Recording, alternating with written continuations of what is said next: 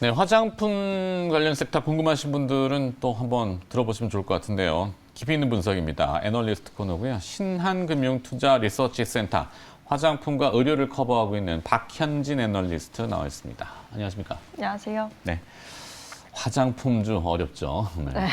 자, 2분기 실적 전망도 우울할 겁니다. 암울할 거고. 현재 박현진 애널은 어떻게 지금 보고 있습니까?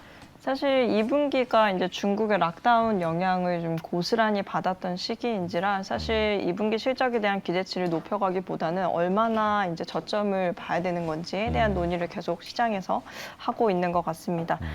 사실 이제 4월, 5월 달 중국 오프라인 쪽에서는 휴점률이 30% 내외로 계속 유지되고 있었던 상황이고 네. 또한 상해 지역 내 물류센터를 갖고 있던 기업들 같은 경우에는 물류센터가 닫히게 되면서 이커머스 채널도 굉장히 영향을 받았다라고 보시면 됩니다. 그래서 사실상 4월, 5월 거의 두 달 반 정도 되죠. 그래서 2달 반 정도까지 중국 내에서 온라인 그리고 오프라인이 대체로 다 영향을 받았다라고 볼 수 있겠고요.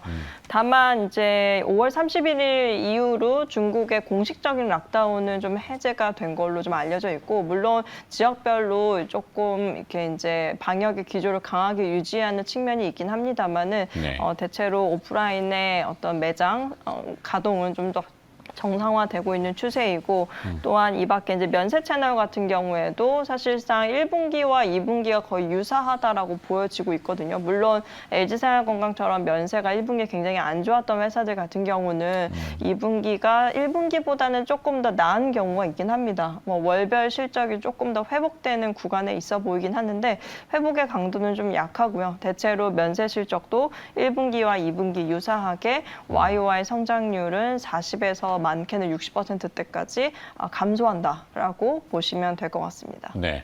그건 이제 2분기까지잖아요. 3분기에 어떻게 돌아설 수 있느냐, 바닥을 뒤덮느냐, 이런 부분인데, 최근에 보면은 이제 화장품 주식의 대표라면 아모레퍼시픽하고 LG생활건강 이렇게 되는데, 오히려 주가는 크게 오르지는 못했지만 약간은 도는 느낌이 있어요. 거기에 이제 보면 중국이 매번 전면 락다운으로 갈 수는 없잖아요. 일부는 조금 해제하는 분위기도 있을 텐데 그거에 즉각 반영하더라고요. 반응을 하던데 중국 쪽 분위기는 조금 돌릴 것 같습니까?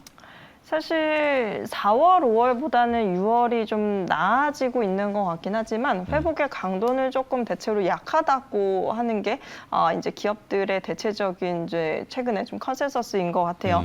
근데 이제 7월부터는 조금 더 그래도 6월보다는 나아질 거다라고 보고 있고 전반적으로 오프라인과 온라인은 사실 이미 6월 달부터 이제 택배가 정상 운영이 되면서 이커머스 쪽 수요는 흡수가 좀 일부 되고 있는 걸로 보여집니다. 그래서 618과 관련된 뉴스 플로우가 최근에 많았었지만 사실 한국 브랜드가 굉장히 부진하다라는 뉴스 위주로 많이 나왔었고 네. 다만 사실 4월, 5월과 비교해 보면 어쨌든 618과 관련된 수요가 6월 달에 조금은 그래도 한국 화장품 기업들에게도 좀 수혜를 볼 수 있지 않았겠느냐라고는 예측을 해볼 수 있겠고요.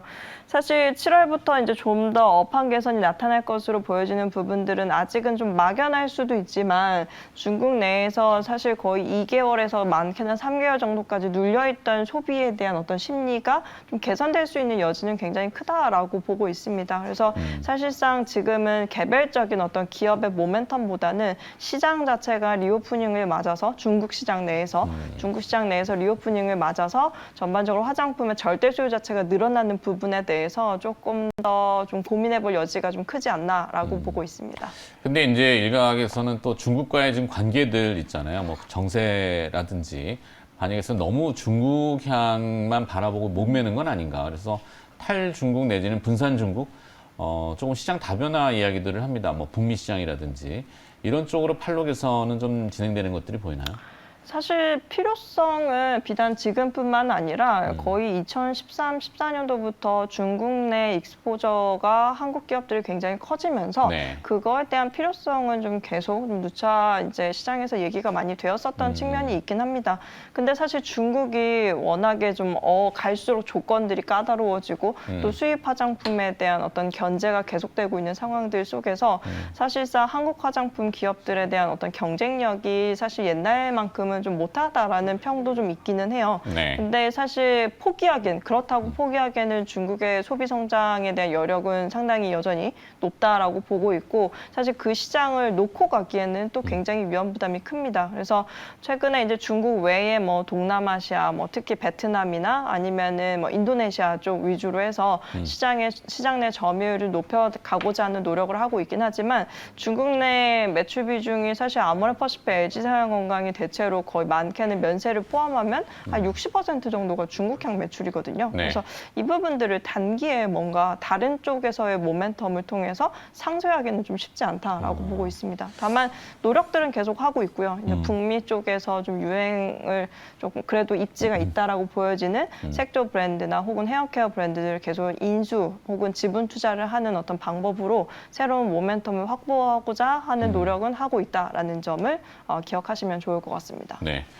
자, 그러면 이런 자연스러운 수순이긴 합니다만 이제 확장하다가 이제 정립하는 단계로 가서 기업들끼리 합종 연행을 조금 하는 것 같아요. 몸집을 좀 줄이고 필요에 따라서는 결합을 하는데, 화장품 케이스 업체인 연우가 한국 콜마하고 기업 결합을 했죠. 이건 좀 어떻게 평가를 해야 될까요? 사실 시장에서는 이제 솔직히 말씀드리면 이게 단기적으로 사업적인 시너지가 날 수 있을까에 대한 좀 의문을 좀 많이 그쵸. 품었던 것 같기는 해요. 근데 사실 장기적으로 보면 용기 회사와 화장품 OEM사가 굉장히 밀접한 사업적인 관계성이 있기는 합니다. 그렇죠. 실제로 이제 OEM사 중에 이미 뭐 용기 업체를 자회사로 두고 있는 회사들도 있고, 뭐 브랜드사들 같은 경우에는 대체로 인하우스 내에서 대체로 많은 부분들을 처리하려고 노력을 하죠. 그래서 수직 계열화 차원에서는 조금 더 긍정적인 영향을 낼 수 있지 않겠는가라고 보고 있고, 이 부분들이 향후에 이제 한국 콜마 그리고 코스맥스를 볼 때 조금 더 또 중장기적인 어떤 변화의 어떤 포인트에서 조금 관전 포인트가 중점적으로 되지 않겠나라고는 보고 있습니다. 그렇죠. 뭔가 변화가 있네요. 용기에 원료 회사가 결합했다. 그럼 레이블만 붙이면 제품 아닌가? 네, 사실 이 용기를 이제 완제를 누가 하느냐가 조금 다르긴 해요. 어떤 제품이냐에 따라서 어떤 제품은 용기 업체가 마무리를 할 때도 있고, 어떤 제품들 같은 경우는 OEM사가 마무리를 할 때도 있고, 혹은 다 모든 이제 뭐 이제 부자재나 아니면 원료 같은 것들을 모두 이제 브랜드사 쪽에서 가져가서 브랜드사에서 완료를 하는 경우도 있기 때문에 네. 사실 이 부분들에 대한 어떤 조금 좀 다각도로 조금 이제 세세하게 지켜볼 필요는 있을 것 같습니다. 근데 워낙에 사업적으로 연결되는 부분들이 좀 있다 보니까 뭐 결과론적으로는 부정적이기보다는 향후에 장기적으로 시너지를 낼 수 있는 요인들이 좀 더 많지 않겠나라고는 볼 수 있을 것 같습니다. 알겠습니다. 자, 그러면 5번, 6번을 묶어가지고 함께 가야 될 것 같습니다. 하반기 화장품주 투자 전략, 그리고 또 그중에 최선호주라든지 함축해서 정리할 수 있는 기업이 있는지, 최근에 선진 뷰티 사이언스에 대한 레포트를 내셨는데 이게 탑픽인지. 선진 뷰티 사이언스는 사실 저희가 이제 주간사 계약으로 인해서 조금 이제 의무병표의 목적으로 이제 발간한 자료고요. 네. 이 밖에 이제 화장품에 대한 뷰를 전반적으로 좀 어떻게 봐야 되는지에 대한 얘기들을 좀 먼저 드리면, 사실 아까도 이제 서두에 말씀을 드렸지만 단기 실적에 대한 우려는 굉장히 크다. 그리고 최근에 이제 프리뷰 기간이다 보니까 최근에 프리뷰 레포트들이 이제 앞으로 계속 나올 거예요. 계속 나오다 보면 사실상 2분기 실적에 대한 어떤 레벨 자체를 얼마나 낮춰야 되는지 저점에 대한 논의를 계속 하게 될 겁니다.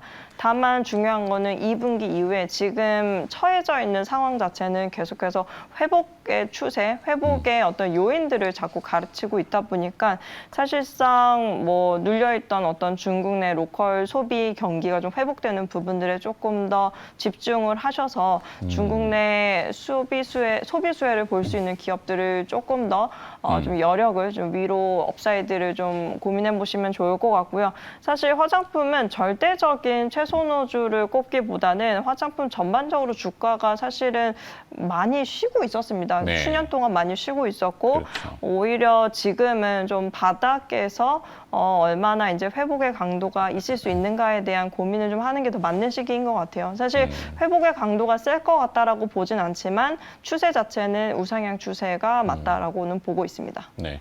그동안 이제 뭐 온갖 그 무거운 재료들이 다 반영이 됐고, 뭐 실적도 둔화되는 것도 주가에는 반영이 됐기 때문에, 그럼 기업은 움직이잖아요. 몸집을 줄이고 비용을 줄이고, 그러면 이제 조금 턴하는 것들이 이제 3분기쯤 나올 수 있겠다.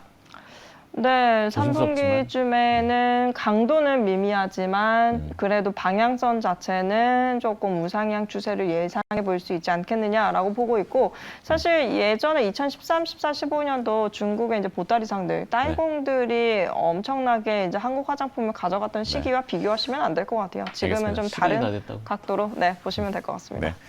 신한금융투자 리서치센터 화장품 의류 커버하고 있는 박현진 애널리스트가 수고해 주셨습니다. 고맙습니다.